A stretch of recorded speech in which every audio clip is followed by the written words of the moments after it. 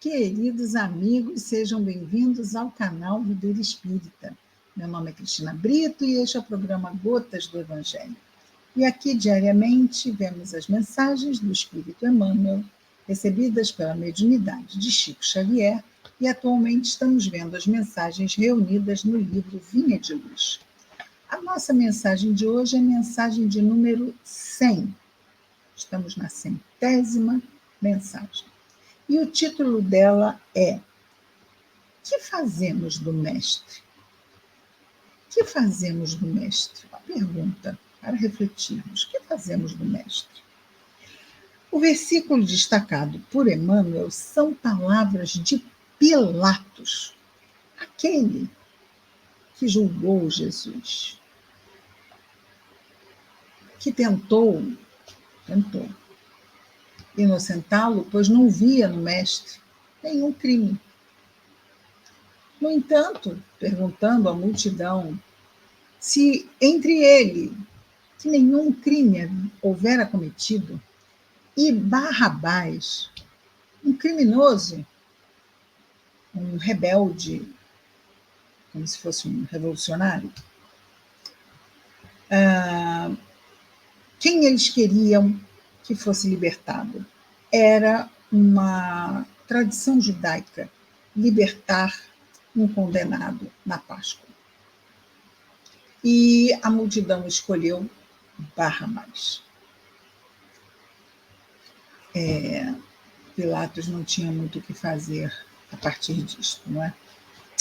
Mas vamos ouvir Pilatos, narrado pelo evangelista Mateus, no capítulo 27, versículo 22, diz-nos Pilatos: Que farei então de Jesus chamado o Cristo? Esta foi a situação em que ele se viu, não é? Que farei então de Jesus chamado o Cristo?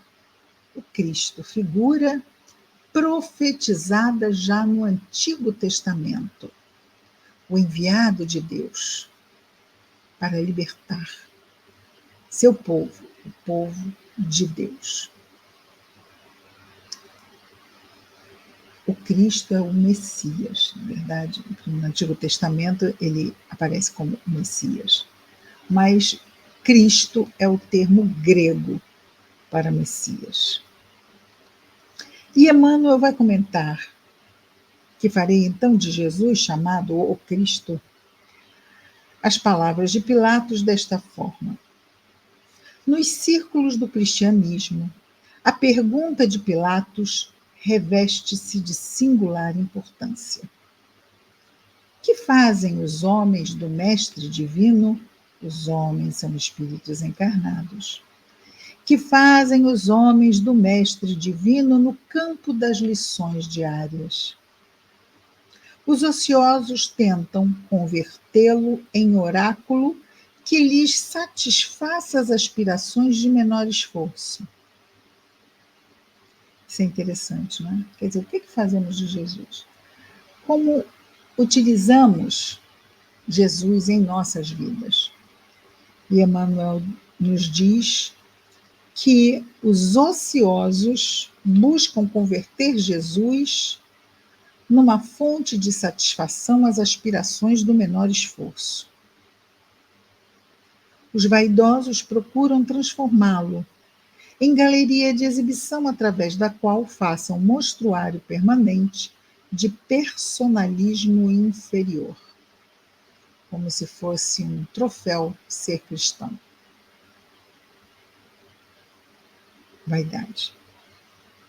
Os insensatos chamam-no indebitamente à aprovação dos desvarios, porque são insensatos, não é? Chamam-no indebitamente à aprovação dos desvarios a que se entregam à distância do trabalho digno. Grandes fileiras seguem-lhe os passos, qual a multidão que o acompanhava no monte, apenas interessada na multiplicação de pães para o estômago. Sim. Olha, Jesus era muito seguido pela multidão. No entanto, foi essa multidão que escolheu Barrabás, não é? Outros se acercam dele, do nosso mestre, buscando atormentá-lo à maneira dos fariseus arguciosos, espertalhões, rogando sinais do céu. Prova, Senhor, prova-me lá que és o Cristo. Numerosas pessoas visitam-no, imitando o gesto de Jairo, suplicando bênçãos, crendo e descrendo ao mesmo tempo. Jairo foi buscar Jesus no meio da multidão para que ele curasse a sua filha. E Jesus foi. Ela já tinha sido dada até como morta, e o mestre a reanimou. Diversos aprendizes ouvem os ensinamentos do mestre ao modo de Judas, examinando o melhor caminho de estabelecerem a própria dominação. Infelizmente, Judas tinha uma ideia extremamente equivocada do que Jesus faria. Achava que Jesus tomaria o poder em Jerusalém, no plano físico, e ele então teria um cargo muito destacado. Mas Jesus não tomava nenhuma atitude nesse sentido, então ele decidiu provocar Jesus a agir.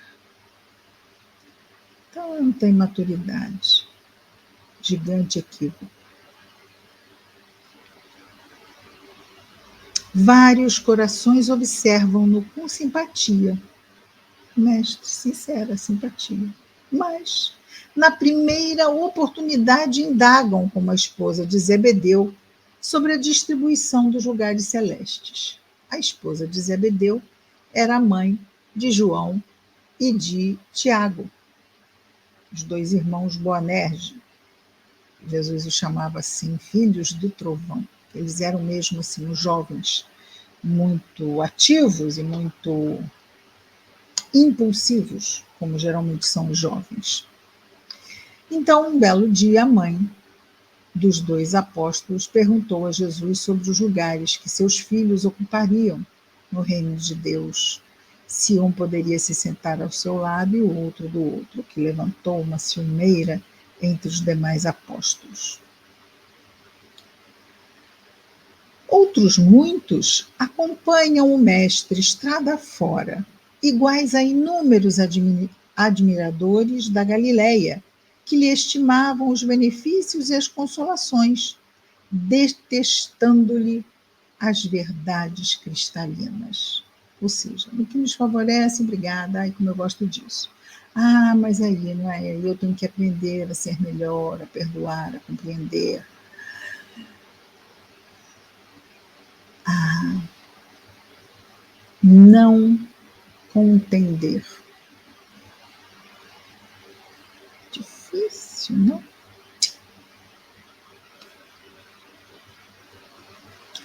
Alguns imitam os beneficiários da Judéia a levantarem mãos postas no instante das vantagens e a fugirem espavoridos do sacrifício e do testemunho. E nós vimos isso acontecer com os próprios apóstolos. Grande maioria procede à moda de Pilatos, que pergunta solenemente quanto ao que fará de Jesus e acaba crucificando-o, com despreocupação do dever e da responsabilidade. Ele sabia que Jesus era inocente, mas isso não o deteve. Ele foi adiante. Isto porque estava pressionado pelos homens do templo. Interesses. Então, eu faço o que é justo ou entro na rede dos interesses? Livre-arbítrio, responsabilidade, lei de causa e efeito. A plantação é livre, a colheita é obrigatória. Poucos imitam Simão Pedro, que após a iluminação do Pentecostes, contado já no Atos dos Apóstolos, depois da crucificação de Jesus, segue-o sem condições até a morte. Raros copiam Paulo de Tarso, que se ergue na estrada do erro, colocando-se a caminho da redenção através de impedimentos e pedradas até o fim da luta. Pedradas mesmo. Conclui Emmanuel nos dizendo assim: não basta fazer do Cristo Jesus o benfeitor que cura e protege. É indispensável transformá-lo em padrão permanente de vida, por exemplo e modelo de cada dia. Ah, Senhor, nos protege. Ah, Senhor, nos cura. E a nossa transformação? Jesus, quando curava, dizia: a tua fé te curou. De outras vezes dizia: vá, mas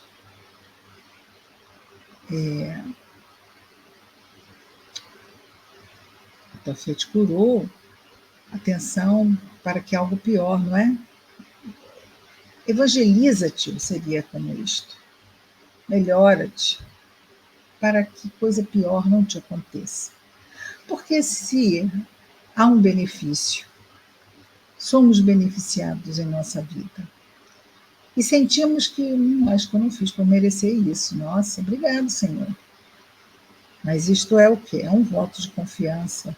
Como se dissesse: agora vai lá, trabalha a tua mudança, força, bom ânimo.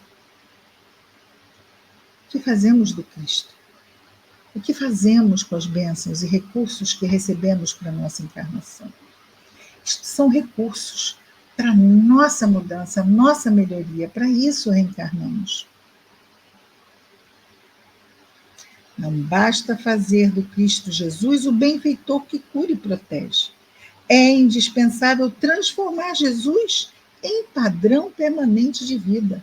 Nos inspirarmos nas suas lições para fazermos as nossas escolhas. Sim, é difícil, mas esse é o nosso desafio. E fazendo isso por exemplo e modelo de cada dia, usando Jesus, nosso mestre, como exemplo e modelo de cada dia. Exatamente para exercitarmos nas nossas escolhas de cada dia. Lindíssimo. O que fazemos do Mestre? Vamos orar? Jesus amado, Mestre querido, obrigado, Senhor, por mais esta oportunidade reencarnatória, pelos recursos que recebemos para usarmos aqui, Senhor. Ajuda-nos a usarmos bem, estando nós vigilantes às nossas fraquezas, buscando nos conhecermos, buscando a oração para nos fortalecermos, Senhor. Ajuda-nos. Abençoa os nossos esforços, Jesus. Abençoa os nossos lares e famílias, os nossos afetos. Nos dois planos da vida, abençoa, Senhor, o nosso anjo guardião. Igualmente, Senhor Jesus, abençoa todos os nossos irmãos de humanidade, principalmente aqueles que estão em lutas, em contendas, que se estão apartados uns dos outros. E parece, Jesus, que a humanidade está tão apartada como talvez também tenhamos visto na Segunda Guerra Mundial. Ajuda-nos, Senhor, a nos unirmos como irmãos que somos. Abençoa todos os nossos irmãos de humanidade, Jesus amado, em especial os que estão sofrendo. Encarnados ou desencarnados, Senhor, abençoa a todos. E a todos os que se ligam a eles, direta ou indiretamente. Que levemos conosco e entre nós, Jesus, a tua paz, que ainda não é, a paz deste mundo. Obrigado por tudo, Mestre amado. Graças a Deus.